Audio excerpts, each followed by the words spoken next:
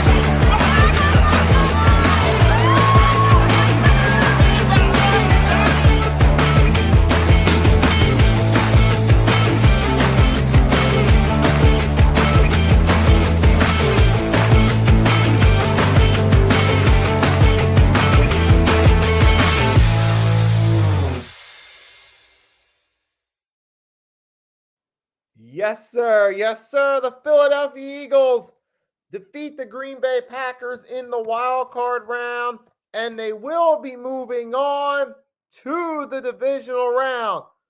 We don't know who it's going to be yet, but it's coming soon, folks. Now we just got to wait to see the Tampa Bay versus Washington game, Minnesota versus the Rams.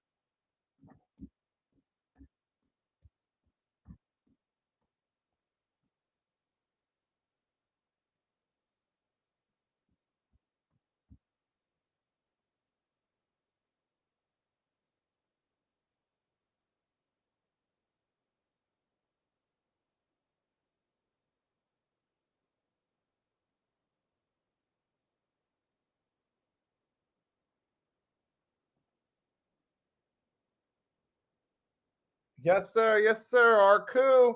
Yeah, Arku watched most of the game. Arku's a Cowboys fan. Actually checked it out. And man, I'm telling you, everybody got to see it. That's the best part about the playoffs, man. Then now that it's elimination time, it's on full display. And the Philadelphia Eagles showed up, especially the defense. Got 3 interceptions. And they sent 3, and including Quinyon Mitchell getting his first pick at the end of the game to seal the deal and help the Philadelphia Eagles move on to play either the Tampa Bay Buccaneers or the winner of the Vikings-Rams game. Because now with the 7th seed out, if the Commanders win against the Bucs, then they would automatically play the Lions. We would play the winner of the Vikings-Rams tomorrow night. Hence why I say moving on to either the Bucs or the winner of Vikings-Rams. So yes, but hey, I don't care who it is at this point. I don't care if it is Tampa Bay or the winner of the Rams-Vikings. Bring it on. I'm looking forward to it. But hey, we still got to wait and see on that one. But as this one goes, let's talk, folks. The Philadelphia Eagles showed up. They did what they needed to do. They got the win. And Saquon Barkley in this one, folks, that's right, he had over 100 yards. I was just in the chat moments ago on Philly Halftime stream. Shout out to Philly Halftime right at the end of the game. Blaze Radio was in there as well. Blaze Radio, one of my compositors from the Pick and Roll podcast. He pointed out about Saquon having 119. He said that he tried to say Saquon technically broke the record, but I would love to say so, but we know that don't really work that way. But Blaze, he's kind of low-key trolled in a fun way. But that's cool. I mean, Saquon did have 119, though. That's what's up. That's what's up, including the run at the end to seal the game. He could have went for more, but he decided to slide, let the Eagles take the knee, end it, move on. I mean, granted, that's the one thing we love about Saquon. He's always been about the team. He's never really been the guy that's wanted. He's never been a guy focused on individual stats. We've seen it throughout the season. We remember, a couple times, he could have went for more yards. He decided to relax at the end of games he didn't need to play. Last week against the Giants, he could have went for the record against his team. He decided, nah, let's stay fresh for the playoffs. Came in the playoffs, did what he needed to do. Did the slide at the end to help seal the deal. One kneel, game over. And for this one, though, so shout out to Saquon. He had himself a day. And the defense had themselves a field day against the Packers in this one. We shut them down to only 10 points, folks. I mean, their offense, the best they got out of their offense was from Josh Jacobs. I got to give him credit. He did have 81 yards on 18 carries. He had that one touchdown. He even had 40 yards in the passing game on 3 receptions. So I got to give a shit. I do at least got to give Josh Jacobs credit. He at least gave the Packers a fighting chance in this one when we had the rest of their offense's number. But so I at least got to give Jacobs a shout out. But outside of that, we had the Packers' number. We had their number on offense. 3 picks against them. And it was a brutal one, too. I mean, the Packers' offense, there were players getting dropped left and right, leaving like flies. This kind of low-key reminds me of a game that happened before I was born that I've learned about that some of you old school fans might remember, the body bag game, low-key. Obviously, it's not the same situation, but it kind of does low-key remind me that so many players were going down, which that goes to show you just how physical this game was. Obviously, I don't wish injury upon anybody. And hopefully all the Packers players that did get injured do make a full recovery, of course. I'm just pointing out just how physical this game was and how, I don't know what it was, if it was just something about the Eagles defense in this game just played a real physical game and the Packers weren't ready. I don't know if it was just freak bad luck for the Packers. Their players kept getting injured, maybe a combination of the two, but it happened, man. That no matter what happens, that's never going to be the fun part of a game, no matter what. Now, the fun part was those recording 3 turnovers on the Packers.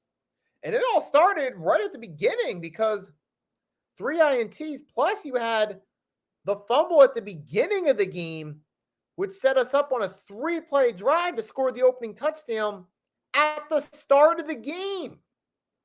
So that first fumble right there set the tone for us, and we took advantage of it. And we did not look back. We went up to we had a 10-0 lead at halftime. I mean, we were doing excellent. We did our thing. We shut down this Green Bay Packers offense.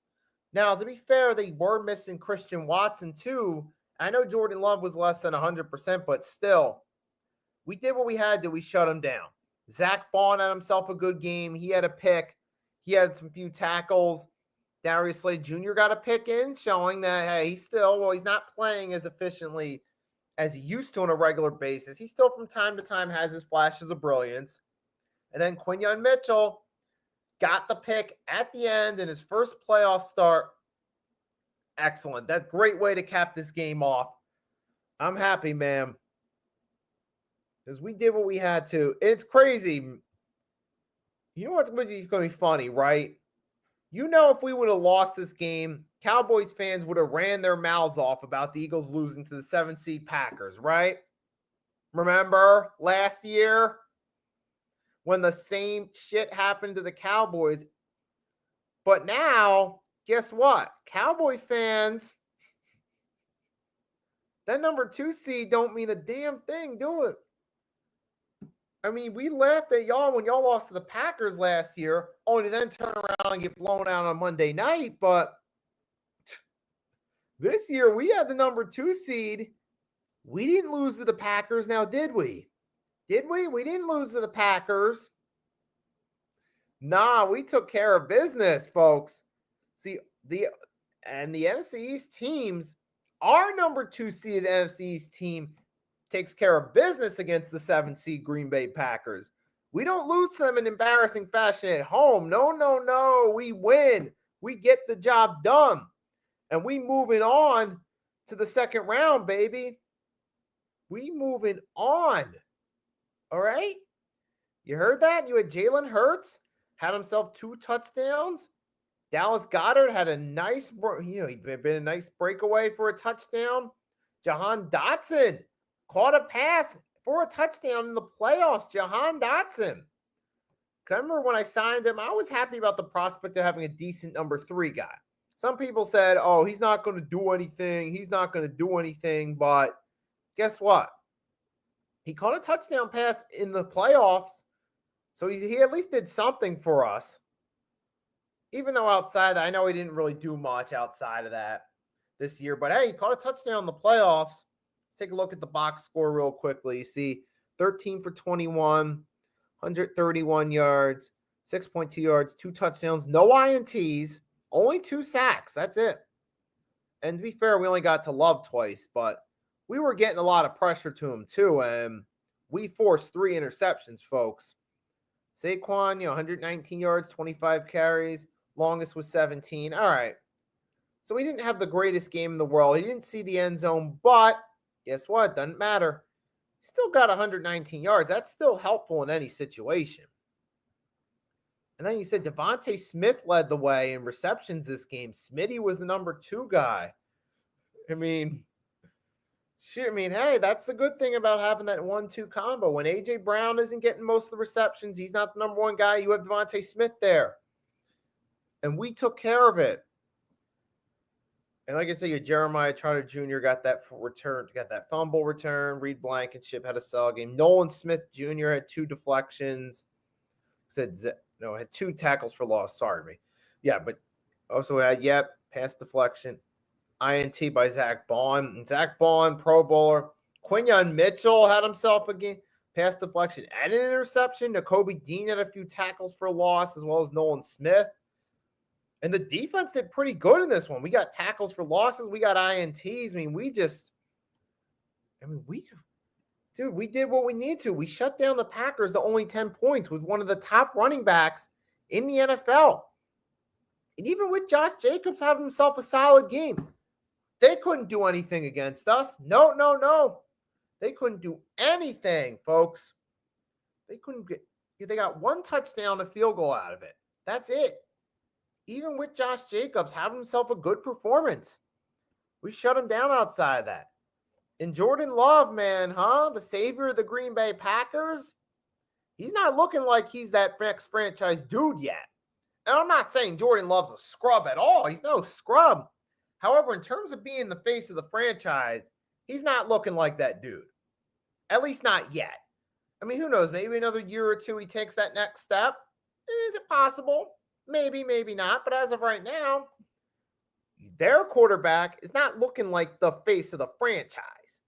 Jordan Love's still solid, but he hasn't taken that step being a face of the franchise. Whereas Jalen Hurts, you could say that maybe compared to Josh Allen or Patrick Mahomes, maybe he's not quite on that level, but guess what? He's still doing what he needs to do to get the job done. I'll tell you this, Jalen Hurts is better than Tua. He's better than current Russell Wilson. Not prime Russ, but current Russ. Jalen Hurts, he's better than Jordan Love as of now.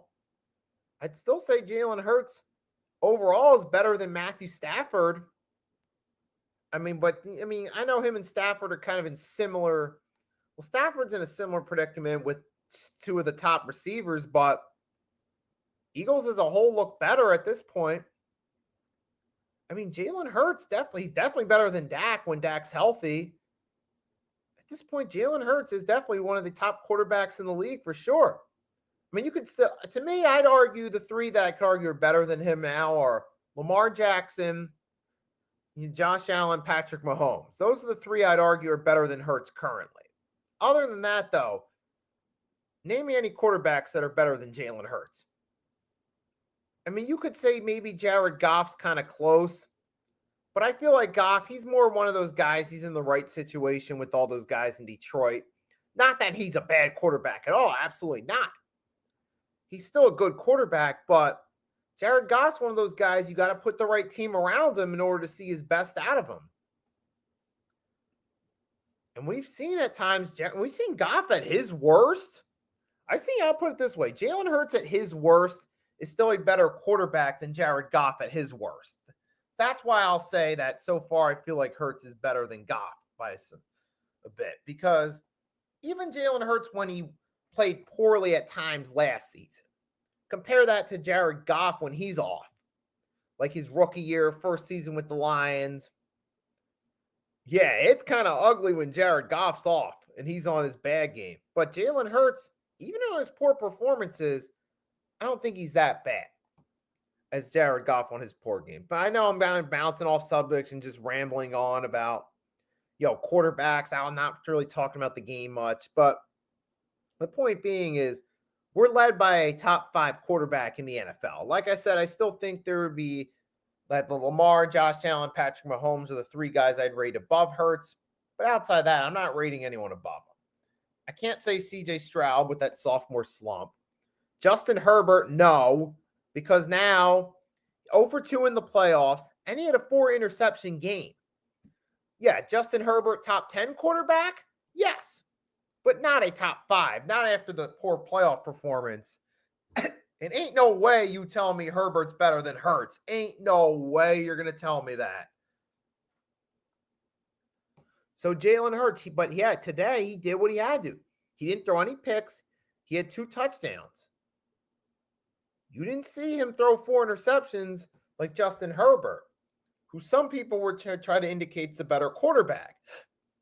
You didn't see him throw multi-picks like Baker Mayfield did last year when the Bucs went out against the Lions.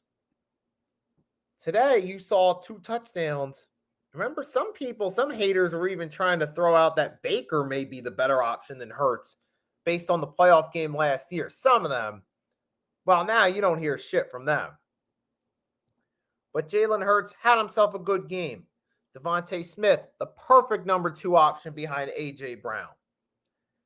Perfect. We saw it in this game. His 4 receptions were crucial. Saquon Barkley, easily the best running back in the NFC East behind that Philadelphia Eagles offensive line. Absolutely phenomenal all-around performance. But, phenomenal. You got the right pieces on offense. Granted, we didn't have the greatest offensive game of the season, but guess what? We still scored enough. We got field goals out of it. And guess what? We ultimately won the game. And our defense showed up big in this one. Like I said, Quinyon Mitchell gets that pick. Even Darius Slay got a pick. Zach Bond got a pick and had himself a good game tackling. This was just an all-around. This was a good performance, good team win by the Eagles. It's not going to be the prettiest win in the world, but it's a good team win. And that's what it's all about, folks. Sure, we didn't put up the flashy blowout margin that Buffalo did against Denver. We didn't have the flashy blowout like Houston did against the Chargers on paper, but it's not played on paper. It's about results. The Eagles got results. They got 3 takeaways themselves against a respectable foe in the Green Bay Packers. So I don't want to hear anyone sleeping on the Eagles in this one. All right, Eagles are a threat. And they're certainly, I don't see this necessarily as a one-and-done team. I see the biggest threat to them in the NFC is the Detroit Lions. I feel like, especially after the way the Lions beat the Vikings last week, Sam Darnold played poor in a big game situation. I think the Vikings are a little bit overrated. I do. Even if they win tomorrow against the Rams, I still think they're a bit overrated because ultimately Sam Darnold last week in a big game situation played poorly.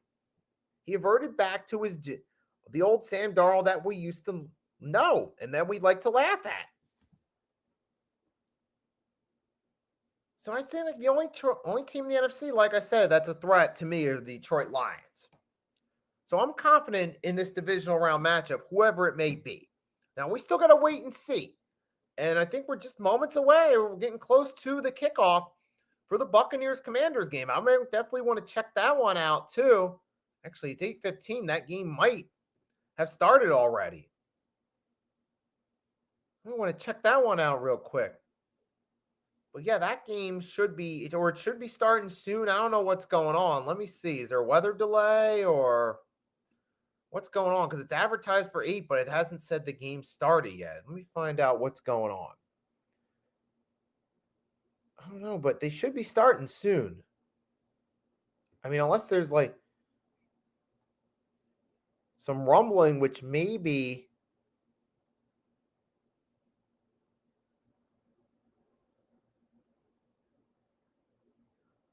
I mean, I don't know, but we'll see though. But that game hasn't started yet. But I'm looking forward to that one too. I'm looking forward to who wins these games, see who we got to play next. Like I said, I'm happy the Eagles got this win. We move on. And good all-around performance. My MVP for this one, I'm going to cheat and go with the defense. I mean, I could say that Jalen Hurts was the MVP. See through that, I could say, but if I'm going to go with anyone as a whole, I'm going to go with the Eagles defense as the MVP for this game. It's an all-around great performance by the defense. Those 3 picks came in crucial. So I'm going to give all the praise to the defense, put them my MVPs for this one. Real quick, I'm just going to get my Eagles mug. We'll have a quick toast to the Eagles victory. Give me one moment. In the meanwhile, I'm going to put some Eagle hype music in the background. It's a great song, but it is going to be another song that Eagles fans going to recognize.